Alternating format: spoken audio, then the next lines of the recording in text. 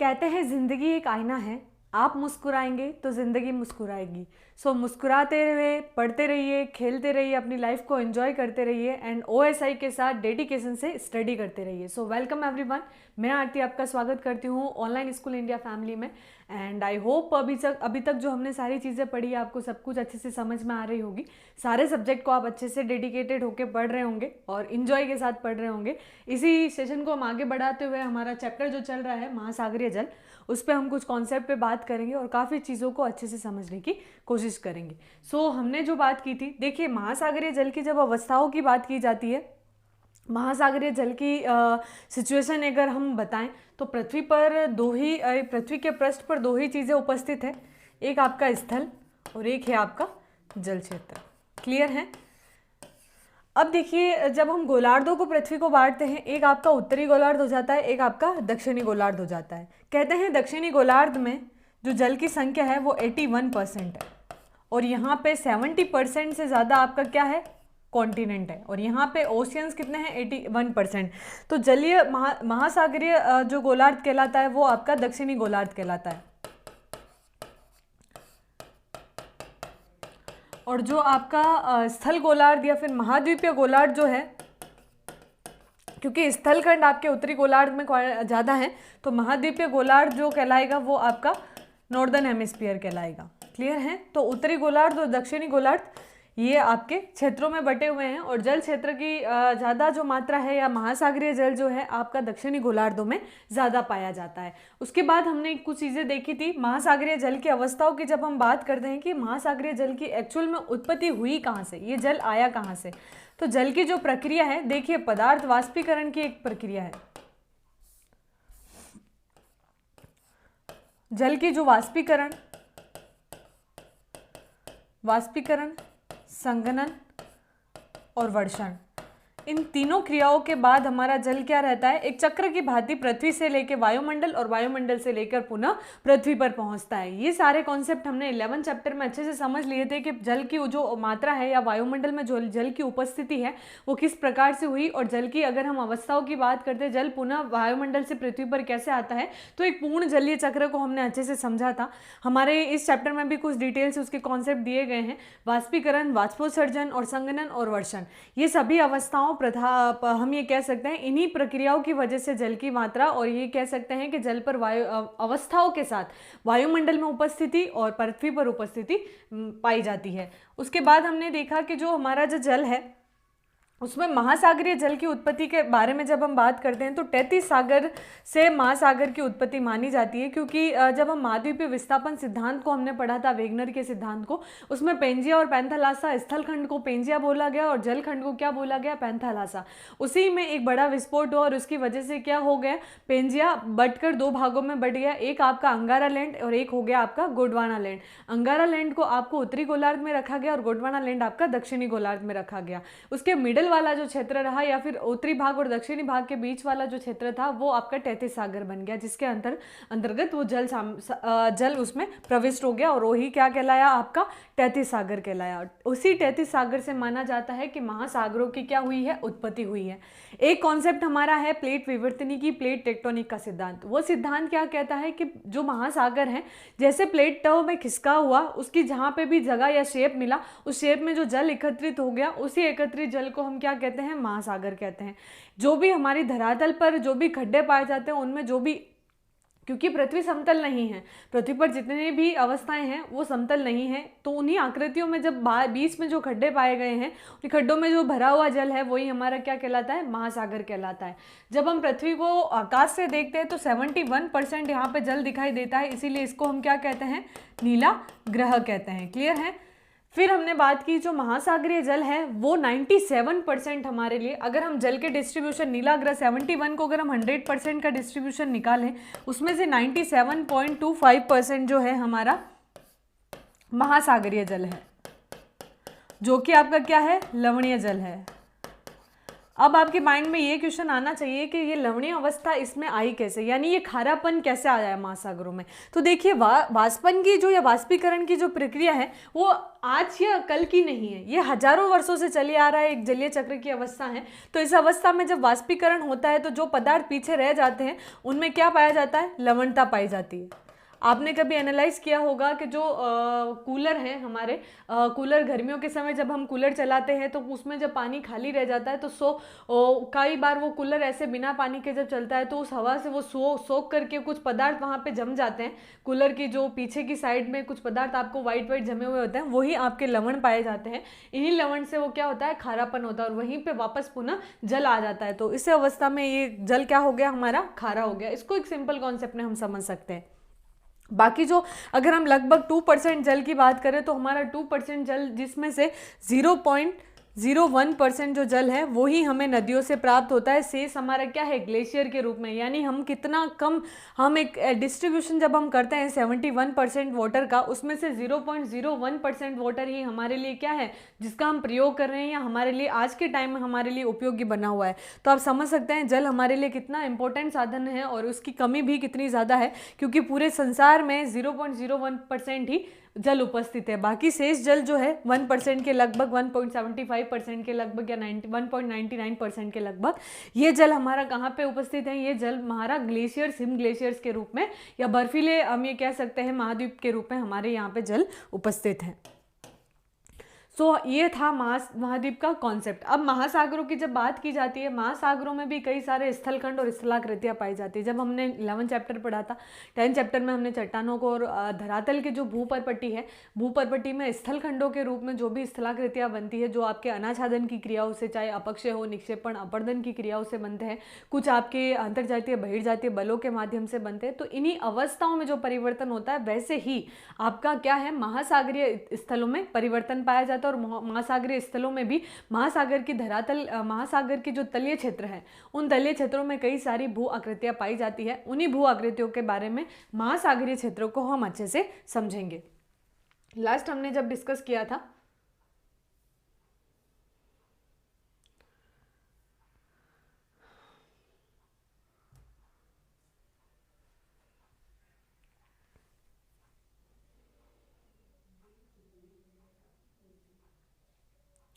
महासागरीय अधः स्थल का उच्चावच। जो महासागरीय अधः स्थल है, देखिए महासागरीय जो तल पाया जाता है, महाद्वीपों का हम आंकन कर सकते हैं, महाद्वीपों को स्थल खंडों की सीमांकन किया जा सकता है, लेकिन महासागरीय जो कि जल क्षेत्र है, उस जल क्षेत्र का सीमांकन करना अपने आप में कठिन कार्य है। लेकिन फिर भी भूगोल वेताओं ने 5 महासागरों के रूप में पूरे पृथ्वी के धरातल के जल को क्या किया है, विभक्त किया है, जिसमें सबसे बड़ा जो हमारा कॉन्टिनेंट है वो है प्रशांत महासागर। तो इसी के आधार पर हमारे 5 कॉन्टिनेंट हैं, जिनमें आपका प्रशांत महासागर, अटलांटिक महासागर, दक्षिणी महासागर और आर्कटिक महासागर।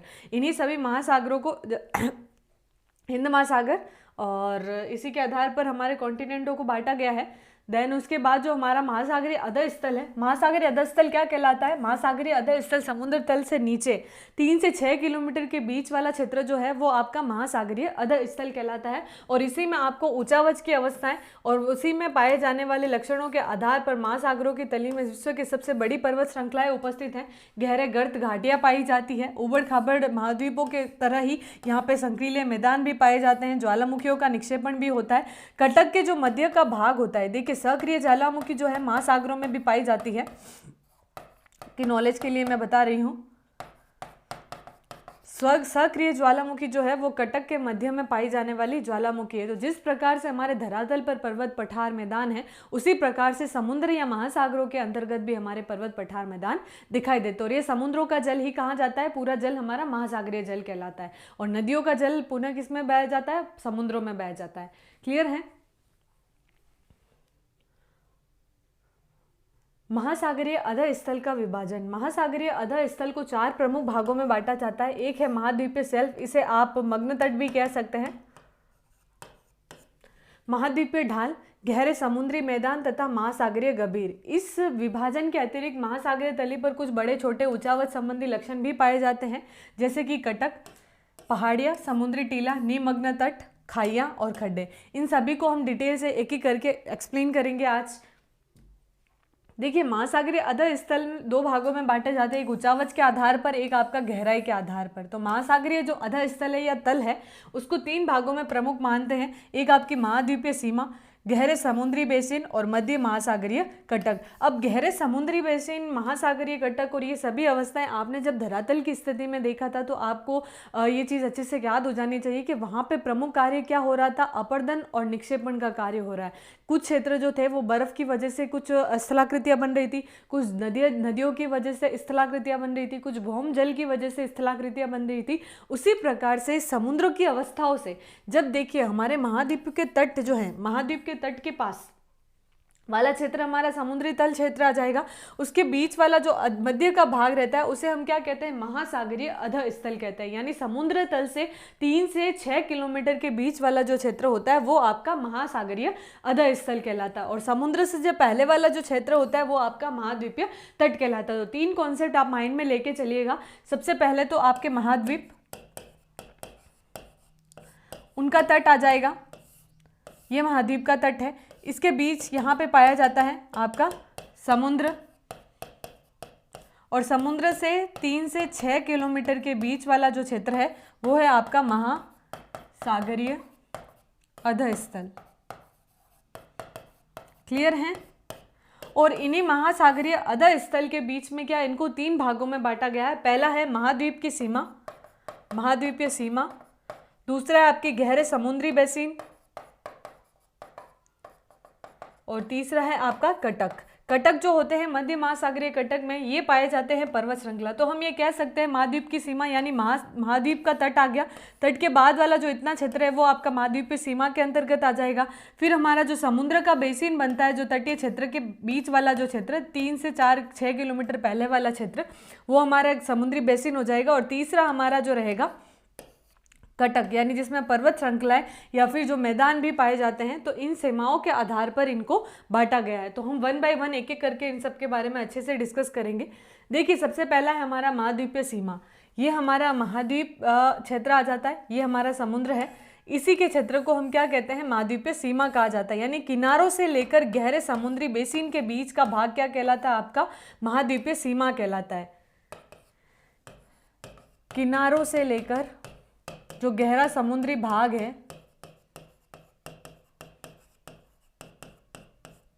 ये आपका क्या कहलाता है, महाद्वीपीय सीमा कहलाता है, जिसको पुनः 4 भागों में बांटा गया। एक आपका सेल्फ यानी मग्न तट, एक आपका ढाल, उभार और खाइयां। प्रमुख 4 प्रकारों से बांटा गया है। फिर आ जाएगा आपका वितलीय मैदान, यानी महाद्वीपीय के जो क्षेत्र है या इसकी बीच वाला जो अंतिम भाग है वो आपका वितलीय मैदान कहलाएगा। फिर है आपका महासागरीय कटक, जो पर्वत श्रृंखलाएं पाई जाएगी वो इसके अंतर्गत आएंगे। तो 1 बाय 1 कर जब हम महाद्वीपीय सीमा के बारे में समझते हैं तो सबसे पहला हमारा आ जाता है किनारों से लेकर समुद्र तट के क्षेत्र तक जो क्षेत्र पाया जाता है उसे हम महाद्वीपीय सीमा कहते हैं, जिसमें सबसे प्रमुख है हमारा मग्न तट। सबसे पहला महाद्वीपीय शेल्फ, जिसे कॉन्टिनेंटल शेल्फ भी कहा जाता है। तटीय किनारों के बाद का उथला सागरीय क्षेत्र, महाद्वीपों के किनारे व ढाल के बीच वाला जो क्षेत्र है वो आपका मग्न तट कहलाता है। यानी जो आपके महाद्वीप के किनार और उसकी जो ढाल है, ये ढाल है, इन ढाल के बीच वाला जो क्षेत्र है वो आपका क्या कहलाएगा, ये क्षेत्र आपका कहलाएगा मग्न तट या शेल्फ। इसको हम कहते हैं महाद्वीपीय मग्न तट। तटीय किनार, ये हमारी महाद्वीपीय तटीय किनार है। इसके बाद जो उथला सागरीय क्षेत्र जो आता है, यानी जो जल का बहाव जो है उसके किनारों की ढाल के बीच वाला जो क्षेत्र है वही आपका महाद्वीपीय मग्न तट कहलाता है। दूसरा है हमारा महाद्वीपीय ढाल। महाद्वीपीय मग्न तट या सेल्फ के बाद जो तीव्र ढाल शुरू होती है, जैसे कि ये हमारा महाद्वीपीय मग्न तट है, इसके बाद जो तीव्र ढाल शुरू होगी उस ढाल को ही हम क्या कहेंगे, महाद्वीपीय ढाल कहेंगे। फिर आता है हमारा महाद्वीपीय उभार। जहाँ महाद्वीप का भाग खत्म हो जाता है वहाँ महासागरीय तल के प्रारंभ के बीच का क्षेत्र, जहाँ पे महाद्वीप के तटीय क्षेत्र या महाद्वीप का भाग जहाँ पे खत्म हो जाएगा और महासागरीय पुनः पूर्ण रूप से महासागरीय क्षेत्र जहाँ प्रारंभ होगा उसके बीच का क्षेत्र क्या कहलाता है, आपका महाद्वीपीय उभार कहलाता है। और इसी के बाद आपके गहरे महासागरीय खाइयाँ पाई जाती है जो उभार के बाद का क्षेत्र होता है। फिर है आपका गहरे समुद्री बेसिन या वितलीय मैदान। महाद्वीपीय सीमा एवं मध्य महासागरीय कटकों के बीच के स्थित विस्तृत मैदान को, यानी यहाँ पे महाद्वीपीय सीमा और यहाँ पे महाद्वीपीय कटक, इसके बीच के क्षेत्रों को हम क्या कहते हैं, यहाँ पे वितलीय मैदान कहते हैं। देखिए नदियों द्वारा कई सारे पदार्थों का निक्षेपण किया जाता है, कई सारे पदार्थ बहाकर महाद्वीपों से महासागरों में लाए जाते हैं, तो जो मैदान बनाया जाता है उसी निक्षेपण से, वही हमारा समुद्र वितलीय मैदान कहलाता है। फिर है हमारा कटक। मध्य महासागरीय कटक आपस में जुड़े हुए पर्वतों की श्रृंखला है। मध्य भाग का सक्रिय ज्वालामुखी क्षेत्र, इसका जो मध्य का भाग है वही आपका सक्रिय ज्वालामुखी क्षेत्र कहलाता है। तो अब तक जो हमने देखा महाद्वीपीय अधः स्थल के बारे में, महासागरीय अधः स्थल को 3 भागों में बांटा गया, एक आपका महाद्वीपीय सीमा, दूसरा आपका वितलीय मैदान और तीसरा आपके कटक, जिसमें महासागरीय जो क्षेत्र है या महासागरीय सीमा जो है उनको पुनः जब हम बांटते हैं उसमें आपका निमग्न तट आता है, ढाल आता है, उबाड़ क्षेत्र आता है और खाइयाँ आती है। देन उसके बाद समतल मैदान, यह जो कि आपका महाद्वीपीय सीमा और कटक के बीच का क्षेत्र होता है, जो नदियों के निक्षेपण के माध्यम से जो समतल पदार्थों को समुद्र के बीच में जो इकट्ठा कर दिया जाता है, जैसे बीच वाला क्षेत्र जहाँ आपको पता होगा, उस क्षेत्र को हम क्या कहेंगे, उसको हम कहेंगे महाद्वीपीय शेल्फ कहेंगे। उसके बाद की जो अवस्थाएं बनेगी ढाल की, यानी जो नदी का बहाव अंदर तक रहेगा उसको ढाल, और उभाड़ जो क्षेत्र होगा पूरा महाद्वीपीय जहाँ पे सीमा खत्म हो जाएगी, महाद्वीपीय तट जहाँ पे खत्म हो जाएगा, उसके बाद का जो पूर्णतः महासागरीय क्षेत्र है वो आपका इसके अंतर्गत आएगा। देन उसके बाद जो हमारा कॉन्सेप्ट है उसको हम समझ लेते हैं। महाद्वीपीय शेल्फ, जो हमने एक सिंपल इंट्रोडक्शन देखा था उसको मग्न तट। महाद्वीपीय शेल्फ प्रत्येक महाद्वीप का विस्तृत सीमांत होता है जो अपेक्षाकृत उतले समुद्र तथा खाइयों से घिरा होता है। यह महासागर का सबसे उतला हुआ भाग होता है जिसकी औसत प्रवणता 1 डिग्री या उससे भी कम होती है। यह शेल्फ अत्यंत तीव्र ढाल पर समाप्त होता है जिसे शेल्फ अवकाश भी कहा जाता है। तो ये हमारा क्या कहलाता है, महाद्वीपीय शेल्फ कहलाता है।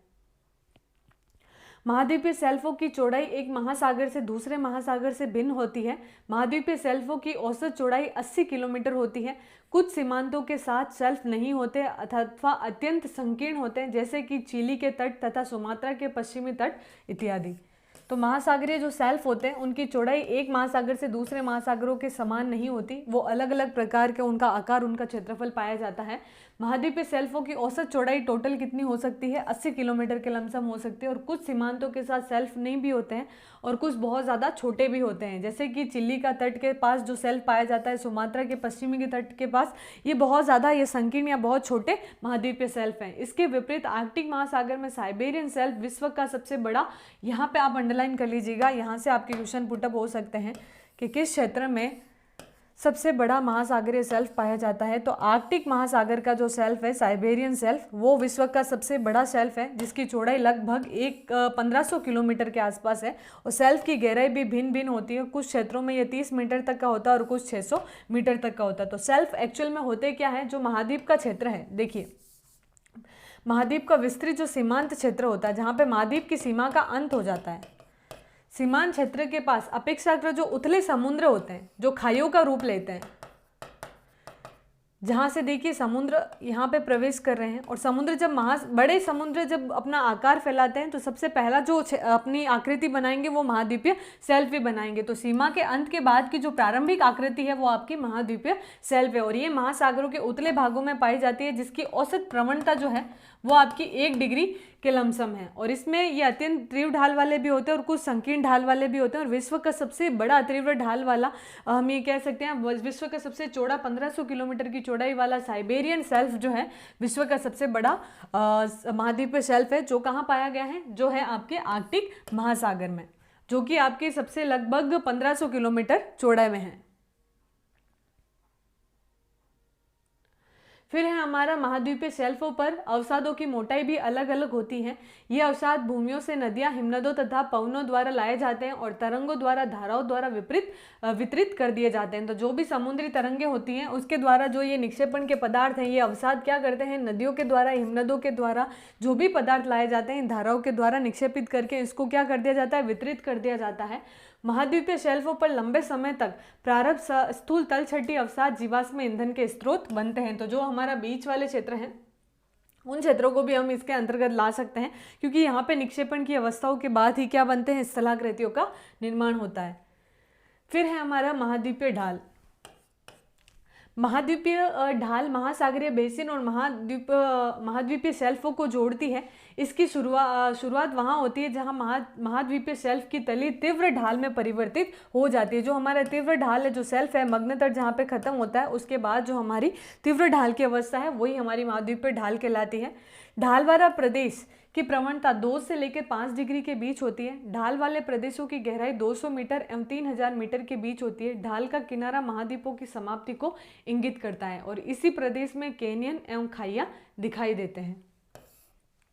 गंभीर खड्डे भी यहाँ पे दिखाई देते हैं क्योंकि यहाँ पे जो है जल की जो ढाल है वो तीव्र ढाल की प्रवणता में पुनः आ जाती है और ये लगभग इसकी जो गहराई रहती है आपकी 200 से लेकर 3000 मीटर के बीच की होती है। तो इनकी जो विशेषता है आप नोट्स में, जैसे महाद्वीपीय शेल्फ क्या है उसके 50 शब्द आप खुद लिखिएगा और महाद्वीपीय ढाल क्या है इसके बेसिक कॉन्सेप्ट, क्योंकि क्वेश्चन आपका सीधा आएगा महाद्वीपीय शेल्फ से आप क्या समझते हैं, महाद्वीपीय ढाल से आप क्या समझते हैं। तो महाद्वीपीय शेल्फ के जो बाद की जो स्थलाकृति बनती है वो ढाल होता है। तीव्र ढाल जो होता है उसे ही हम महाद्वीपीय ढाल कहते हैं और इसकी जो गहराई है वो 200 से लेके 3000 मीटर के बीच पाई जाती है। गंभीर सागरीय मैदान। गंभीर सागरीय मैदान जो है आपके महासागरीय बेसिनों के मंद ढाल वाले क्षेत्र होते हैं। ये विश्व के सबसे चिकने तथा सबसे सपाट भाग होते हैं। इसकी गहराई 3000 से 6000 मीटर के बीच होती है। ये मैदान महीन कणों वाले अवसादों जैसे कि मृत्तिका एवं गाद से ढके होते हैं। तो जो भी चिकने पदार्थ होते हैं जिसमें एकत्रित होकर एक जगह पे स्थापित हो जाते हैं वो आपकी, जिनकी गहराई भी लगभग 6000 मीटर के लमसम होती है, ये आपके गंभीर सागरीय मैदान कहलाते हैं, जो कि आपके महीन या चिकने पदार्थों से मिलकर बनते हैं। फिर है महासागरीय गर्त या गड्ढे। ये महासागरों के सबसे गहरे भाग में होते हैं। ये गड्ढे अपेक्षाकृत खड़े किनारों वाले संकीर्ण बेसिन में होते हैं। जो छोटी बेसिन होगी आप वहाँ पे उपस्थित रहेंगे। अपने चारों ओर के महासागरीय तली की अपेक्षा ये 3 से 5 किलोमीटर तक गहरे होते हैं। यह महाद्वीपीय ढाल के आधार तथा द्वीपीय चापों के पास स्थित होते हैं एवं सक्रिय ज्वालामुखी तथा प्रबल भूकंप वाले क्षेत्रों से संबंधित होते हैं। तो सक्रिय ज्वालामुखी जो आपके कटक के क्षेत्र में भी पाई जाती है, ये गड्ढे ही होते हैं। इन गड्ढों के आसपास क्या होते हैं, द्वीपीय क्षेत्र होते हैं और इनकी ढाल के आधार पर इनको बांटा जाता है और सक्रिय ज्वालामुखी तथा प्रबल भूकंप वाले क्षेत्र इसमें पाए जाते हैं। तो ये इसकी प्रमुख विशेषता है, आप इसको अंडरलाइन कर लीजिएगा। ये चीज़ें आपको याद रखनी पड़ेगी क्योंकि इसमें समझाने जैसी जो चीज़ थी हमने एक कॉन्सेप्ट के आधार पर समझ लिया। महासागरों में भी कई सारी स्थलाकृतियाँ बनती है जिसमें प्रमुख जो है महाद्वीपीय सीमा है उसके प्रमुख अलग अलग अधः स्थल के बारे में हमने देखा। सबसे पहले हमने शेल्फ के बारे में पढ़ा, ढाल के बारे में पढ़ा, फिर हमारा महासागरीय खाइयाँ आई, फिर हमारा गर्त आए। इन गड्ढों में क्या होता है, इन गर्त में इन गहरे, ये बहुत सारे गहरे होते हैं, संकीर्ण बेसिन वाले क्षेत्र होते हैं जिनमें सक्रिय ज्वालामुखी तथा प्रबल भूकंप वाले क्षेत्र पाए जाते हैं। यही कारण है कि ये प्लेटों के संचलन के अध्ययन के लिए काफ़ी महत्वपूर्ण है। तो जो भी प्लेट विवर्तनिकी के सिद्धांत है जिसमें कहा जाता है कि प्लेटों में क्या हो रहा है, खिसकाव हो रहा है, तो उसके लिए ये महासागरीय गर्त भी अध्ययन के लिए महत्वपूर्ण भूमिका निभाते हैं क्योंकि इसमें संचालन जो भी होता है उससे हमें आइडिया लग जाता है कि प्लेटें क्या कर रही है, मूव कर रही है। अभी तक लगभग 57 गर्तों को खोजा गया है जिनमें से 32 प्रशांत महासागर, 19 अटलांटिक महासागर और 6 हिंद महासागर में पाए गए। तो इन खड्डों की वजह से जो सक्रिय ज्वालामुखी या भूकंप आता है, इस अवस्थाओं से वो प्लेट विवर्तनिकी सिद्धांत को सिद्ध करते हैं कि प्लेटों में क्या हो रहा है, मूवमेंट हो रहा है। इसी के लिए प्रमुख कौन सी चीज़ अपनाई जाती है, महासागरीय गर्तों के आधार पर ये चीज़ या ये इसकी अवधारणा लगाई जाती है। ऊंचावच की लघु आकृतियाँ। देखिए अभी तक जो हमने चीज़ों को समझा, ज़्यादा आपको हेक्टिक या पैनिक होने की नीड नहीं है। चीज़ें बहुत ही सिंपल हैं। आप जितना इजी वे से उन चीज़ों को क्लियर करते हुए आगे बढ़ेंगे तो आपके लिए ज़्यादा हार्ड फास्ट नहीं होगा। हमने जो अभी तक देखा जिसमें महाद्वीपीय शेल्फ से लेके महाद्वीप की जो स्थलाकृतियाँ थी उनको बहुत अच्छे से डिटेल से डिस्कस किया है। अब हम बात करेंगे कि जो हमारे ऊंचावच है उसके आधार पर जो छोटी आकृतियाँ बनती है वो कैसे, क्योंकि बड़ी महाद्वीपीय अधः स्थल की जो आकृतियाँ थी जिसमें हमने कटकों के बारे में भी देख लिया था, कहीं ना कहीं जो सक्रिय ज्वालामुखी वाले क्षेत्र या गर्त जो है पर्वत पठारों की अवस्था या उबड़ खाबड़ करने में भी भूमिका निभाते हैं। तो आगे की चीज़ें हम करेंगे हमारी नेक्स्ट क्लास में। तब तक आप अच्छे से स्टडी करते रहिए और ऐसे ही मोटिवेट होकर अपने क्वेश्चंस डालिए ताकि हमें भी उस चीज़ से मोटिवेशन मिले, क्योंकि आप ही के डाउट्स अगर हम सॉल्व करेंगे तो हमें आइडिया रहेगा कि आपको कितना कुछ समझ में आ रहा है। अदरवाइज हम अपने फ्लो में आपको पढ़ा रहे हैं, आपको कुछ भी डाउट रह रहा है तो आप शेयर नहीं करेंगे तो हमें कोई भी आइडिया नहीं लगेगा। सो स्टडी करते रहिए, अच्छे से अपना ध्यान भी रखिए एंड एंजॉय करते रहिए। मिलते हैं हम हमारे नेक्स्ट क्लास में इसी एनर्जी के साथ। Take care yourself, good bye.